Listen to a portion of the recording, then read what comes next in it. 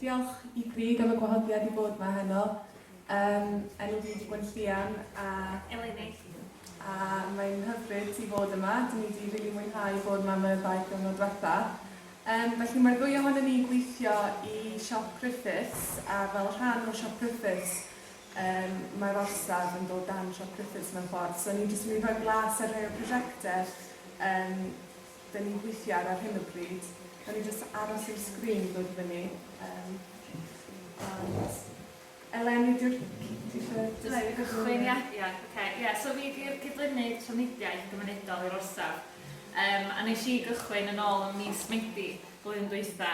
Ac ers hynny, da ni wedi sefydlu gwasanaeth trafnidiaeth gwyrdd i'r gymuned o enw o fanna I fama. So, mas bach, siop siafin. Still see hwnna. So mae gennym ni 3 cerbyd trydan yn Yr Orsaf. Mae gennym ni 10 beic trydan a pwynt gwefru. So'r car dwi'n gyntaf so enw Arianrod sy'n 7 sedd efo mynediad Cadarolwyn. Gennym ni car o enw Olwen, 5 sedd. A wedyn bws mini bychod I menw eto. Bws mini 10 sedd efo mynediad Cadarolwyn hefyd. A mae'r hein yn cael ei ddefnyddio ar gyfer I helpu bobl fwy bregus o'n i'n dweud, gallu mynychu y pwyntiadau pwysig ysbyty Gwynedd, doctor, deintydd, mynd I mynychu gweithgareddau yn gymuned. Da ni'n mynd I helpu nhw nôl presgripsiwn, casglu bwyd negas iddyn nhw. A mae hyn I gyd yn cael ei wneud gyda help gwirfoddolwyr sy'n helpu ni I gyrru. A dwi'n chi gweld chydig wynebau yn ystafell yma, so heb ddyn nhw safon yn bosib. A wedyn, fydwch chi weld ar y sleid, fydwch chi weld y plant sydd yn gwneud gweithgareddau o Gwenllian yn gwneud gweithgareddau efo'r plant Cynllun yn Nantlle. So, da ni'n defnyddio'r bws mini ar gyfer pethau felly. So'r camau nesaf yn y prosiect, so mae gennym ni 1 pwynt gwefru, ond da ni'n disgwyl am 2 arall, un 7 kW a 7 kW a un 22 kW ar gyfer cerbydau. Ar gyfer y car Olwen, da ni'n gobeithio wneud sgîm car share. Dwi'n gwybod os rhai na chi wedi clywed am rhywbeth o co-wheels, ond fel bod bobl yn gallu llogi'r car ar gyfer defnyddio nhw'n mynd I gwaith, neu jyst am y diwrnod, neu hyd yn oed ymwelwyr yn gallu defnyddio nhw. Ar gyfer y bws mini, y gobaith ydy, da ni eisiau creu llwybr bws o dinas Dinlla I Rhyddfu sy'n mynd trwy'r pentrefi, rhai o'r pentrefi yn Dyffryn Nantlle, fel bod bobl lleol yn gallu defnyddio'r bws yma I weld ar ardaloedd lleol yn hytrach yn y gorau mynd yr holl ffordd rownd ar bysu sy'n na wan, a hefyd i'r ymwylwyr gallu defnyddio nhw hefyd. A wedyn efo'r beiciau trydan, so gennym ni 10 beic trydan a'r gobaith ydy ha yma, bydd bobl yn gallu llogi nhw, y defnyddio nhw'n amser preswyl yn hamddenol, bydden nhw'n gallu defnyddio fo I fynd I gwaith, a hefyd bobl ymwelwyr gallu defnyddio nhw tra ma'n yma hefyd. A dyn nhw'n gobeithio partneri efo bobl gwahanol fel bod nhw'n gallu gwneud tywys, so grwpiau tywys o amgylch ar ardaloedd cyfagos a deall mwy am yr hanes a felly. So rhan arall o'n swyddi hefyd ydy dwi'n swyddog Benawni. Benawni ydy prosiect arall sydd yn helpu bobl dros 60 oed efo Mhenygroes, teimlad unigryw lle. So, da ni'n cynnal sesiynau cacan, panad a chrefft, a cacan, panad a sgwrs. Mae cacan a panad yn bwysig. Ac yn hein, da ni'n gwneud sesiynau yma 2 waith y mis, a fel chi'n gweld yn y lluniau, gyda ni grŵp bach da yn dod, a maen nhw'n mwynhau cael sgwrsio gymdeithasu, creu sgiliau newydd, gweithio da ni'n mynd ar dripiau, nath ni I Nansbwrddein cychwyn blwyddyn, a hefyd da ni'n gwneud prydau cynnydd Adolyg, te prynhawn am wrth I bodda. A wedyn jyst yn fras, o jyst i'r syniad un chi sydd da ni wedi tyfu yn y prosiect. Yn Hydref flwyddyn dwytha, o gennym ni 4 mynychu, dwi'n gwybod bod Covid heb helpu bechod, so 4 yn oed. Erbyn nhw mae gennym ni 20 mynychu, efo bobl dal ar y rhestr eisiau dod lle. Ac yn gyfanswm, gennym ni bron I 100 bobl da ni'n helpu trwy'r prosiect yma. So mae hynna efo'r bobl sydd yn mynychu nhw, gofalwyr adra, so maen nhw'n cael chydig bach o seibiant tra maen nhw efo ni. Da ni'n helpu trwy'r Trafnidiaeth. a'r teuluoedd a felly. So, da ni'n helpu bobl o amgylch Dyffryn Nantlle a edrych i weld yr ardaloedd da ni'n helpu, ond gobeithio dros y flwyddyn nesaf da ni'n denu mwy ar ardaloedd gwahanol fewn Dyffryn Nantlle. Un o'r pethau da ni'n gofyn wrthyn nhw yn y misoedd dwytha oedd faint mae hein yn ni helpu nhw. A nathon ni ofyn faint mae'r sesiynau yn helpu fe Mhenygroes. Da ni'n 92% dweud i fod o'n helpu, 100% yn dweud bod nhw'n wrth i bodda'n dod sy'n hwych. A 85% yn dweud bod nhw'n cael rhyw fath o modd allan o'r sesiynau yma, so mae hynna'n wych i glywed. Dwi'n wedi siarad wedyn am y prosiectau ar rhan Elenid Roberts sy'n swyddog ffiws ni, caffi trwsio gofod gwneud a ffiws. So ydych chi'n gweld i lun am hyn. Yn Yr Orsaf mae gennym ni llawer o offer gwahanol fatha torwr laser, 3D printer, peiriau gwnïo, printer mygiau, llwyth o bethau. A ddim be mae o'n wneud ydy, mae o'n cynnal sesiwn caffi trwsio, lle mae bobl yn gallu dod â noddau sydd wedi torri, a efo'i help fo a gwrddolwyr, mae nhw wedyn yn gallu dysgu sut i drwsio'r eitemau yna. Ac o fewn hynna hefyd, mae bobl yn gallu dod fewn o bob oed i ddysgu sut i ddefnyddio'r offer gwahanol a creu rhywbeth iddyn nhw lle. A mae'n ffordd dda ddysgu sgiliau i bob oedran. O rhan y ffiws, mae o'n gwneud clybiau ar gyfer bobl ifanc. So un o hynny ydy clwb codio, lle mae plant yr ysgol yn gallu dod i gilydd ar ôl yr ysgol a dysgu, cael chydig o hwyl, a hefyd mae'n gwneud Dungeons and Dragons, mae'n gwestiwn rhai chi clywed am y gêm. A maen nhw'n dod at ei gilydd a maen nhw'n gallu gwneud pethau creadigol, y cyfathrebu ac yn bennaf cael hwyl.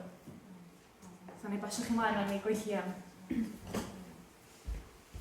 Gret, so fel rhan bu'r Swyddog yn Gwastraff, a dyma un o'n prosiectau dwi'n cydlynu'r ardwyllt ym Mhenygroes. Yn debyg i'r Trafnidiaeth, dyn ni'n gweithio fo'r gymuned, dyn ni'n dibynol iawn ar gwirfoddolwyr, rhai o'n chi yma heno eto, i ddatblygu'r darn yma o dir i creu man gwerthhygyrch yr gymuned leol, ond hefyd i greu a gwella cynefinoedd bywyd gwyllt lleol, gwella'r bioamrywiaeth lleol. So mae fe'n darn mawr o dir ar wylod Mhenygroes, mae fe'n stretcho'r co-op sydd wrth y gylchfan fyma, Powfies, yr holl ffordd draw a ffordd osgoi fyma. So mae'n brosiect hir dymor, a dyn ni dim ond i dechrau rhan bach ar hyn o bryd, ac yn ara bach dyn ni'n gweithio ein ffordd. Felly, jyst i roi syniad i chi o dyma rhai lluniau o rhyw fath o amserlen llinell amser o Hydref sy'n newydd fod i'r mis yma. Dyn ni efo lot o blanhigion ymledol yna, fel canclwm siapan, Jac y Neidiwr, felly ar hyn o bryd dyn ni'n gwaredu ar hynna. Llawer o ddwrain, dyn ni'n cadw peth, ond hefyd jyst trio cael y balans yna. A wedyn trio creu hi'n fan agored lle mae pobl yn gallu dod i fwynhau ac ymlacio. So mae'r llun diwethaf yma o lansiad gafon ni wythnos diwethaf neu'r wythnos cynt allan. Dath tua 100% o bobl oedd cynhalion i gwahanol weithgareddau, gweithdi gohebu helyg, ffaltio, yna cerddoriaeth, cyfnewid planhigion a felly. A wedyn dyma rhai lluniau, rhyw fath o collage bach o'r gweithdau a gweithgareddau gwahanol dyn ni wedi cynnal yna. Dyn ni efo rhaglen eitha rheolaidd, dyn ni'n cynnal gweithdau creadigol, rhai ymarferol, mae gennym ni sesiynau gwrddoli unwaith yr wythnos yna, a dyn ni'n gweithio efo plant, teuluoedd, pobl hŷn yn y gymuned hefyd, amrywiaeth eang, a dyn ni, mae hwnna i barhau. Felly, ar y gweill, er enghraifft, byddwn ni'n gweithio efo coed lleol i gynnal rhaglen presgripsiwn i gwyrdd o chymdeithasol efo semina sy'n yma heno hefyd. A byddwn ni hefyd, dyn ni'n edrych i ddechrau ysgol goedwig yna felly ar gyfer plant lleol. So, ella ydych chi wedi gweld, fi'n mynd rownd efo iPad ddoe a heddiw. Dyn ni ganol ymgynghori achos mae'n penderfyniadau ni'n cael ei arwain gan be mae'r gymuned anghenion a gyfynion y gymuned. Felly dyma rhai, a hyd yma mae gennym ni tua 80 ymateb, so ni methu ffitio nhw gyd ar y sgrin, ond dyma enghraifft o rhai a fydd hynna yn parhau fynd. So, os ydych chi heb llenwi'r holiadur, sy'n ni'n diolchgar iawn i chi ddod draw ata i wedyn. A wedyn, rhan arall yn waith i yw cydlynu a datblygu rhandiroedd plas Cynllun, sydd wrth y ganolfan hamdden ym Mhenygroes. So mae yna 8 microblot yna, 7 yn cael ei ddefnyddio gan bobl sy'n allan gweithio neu'n byw lleol, ac 1 gan ysgol Bro Lle. Eto, dyma rhyw syniad, mae'r llun cyntaf mis Hydref sy'n newydd fod, a wedyn mae'r llun diwethaf ni'n eitha cymharol diweddar, ond eto mae yna llwyth o dyfiant newydd yna. A wedyn, fel rhan o'n swyddi, dwi'n cynnal clwb garddio wythnosol efo'r plant Bro Lle, sy'n gret. Dwi'n mwynhau jyst gweld nhw'n chwarae a dysgu trwy chwarae, tyfu gwahanol blanhigion, a jyst gwych gweld nhw allan yn yr awr agored hefyd. A enghraifft arall o beth dyn ni'n neud yw cynnal gweithgareddau ar gyfer y pobl sydd efo lluniau yma, dod at ei gilydd, adeiladu a datblygu pethau efo'i gilydd, a wedyn rhyw fath o, cyd-dynnu a hefyd cydweithio efo'r plant hefyd. A wedyn dros y ffordd mae yna, ar hyn o bryd maen nhw'n adeiladu tai, mae grŵp Cynefin yn datblygu tai, stad o dau yna. A dyn ni wedi cael perthynas gret efo'r adeiladwyr yno, achos maen nhw wedi bod yn dod â'i gwastraff nhw draw yr rhandiroedd, a dyn ni wedyn wedi bod yn defnyddio rheini ar gyfer y gwahanol plots. So, mae gennych chi'r ffens yma ar y gwylod sy'n achos wedi dod syth allan o catalog, ond hwnna actually wedi cael ei adeiladu allan o pallets. A wedyn, yr un peth efo gwlau tyfu, a wedyn enghraifft arall yw rhywbeth o shed, wedyn adeiladu allan o hen ddrysau. So dwi hefyd yn rhedeg y pantry cymunedol unwaith yr wythnos ar ddydd Gwener, so dyn ni'n gweithio efo llwyth o elusennau gwahanol, ffermwyr lleol o hen bant, maen nhw'n rhoi bwyd iddyn ni roi allan. Mae'r fferyllfa lleol wedi rhoi rhoddion i ni, Act Foundation rhwng lleol yn rhoi bwyd vegan i ni roi allan am ddim. A wedyn, dyn ni hefyd yn casglu bwyd o'r Co-op a'r farchnadoedd lleol. Dyn ni hefyd wedi cydweithio, dyn ni wedi partnerio efo hen bant i rhoi 24 o fagiau llysiau allan dros y tymor tyfu yma, am ddim i bobl sy'n dioddau o amddifadau incwm neu tlodi bwyd. Mwyn wneud hynna, dyn ni wedi bod yn gweithio efo gweithwyr cymdeithasol, ond mae rhan fwyaf o'r bagiau yn mynd i bobl sy'n dod o'r pantry bob wythnos. A wedyn, ein prosiect nesaf ni yw sefydlu hwb bwyd Nantlle, cydweithio, so dyma rhai o'n partneriad ni a pwy dyn ni'n gweithio efo, gwerthu cynnyrch lleol, basically, a trio wneud hynna mor hygyrch a phosib i bobl leol. Mae hwnna heb lansio eto, so dyn ni dal yn y broses o sefydlu hynna. Ond os mae gennych chi ddiddordeb, plis cysylltwch ar Orsaf os ydych chi yn cynnyrchwr lleol, neu os mae gennych chi ddiddordeb yn prynu cynnyrch lleol a cefnogi'r hwb bwyd.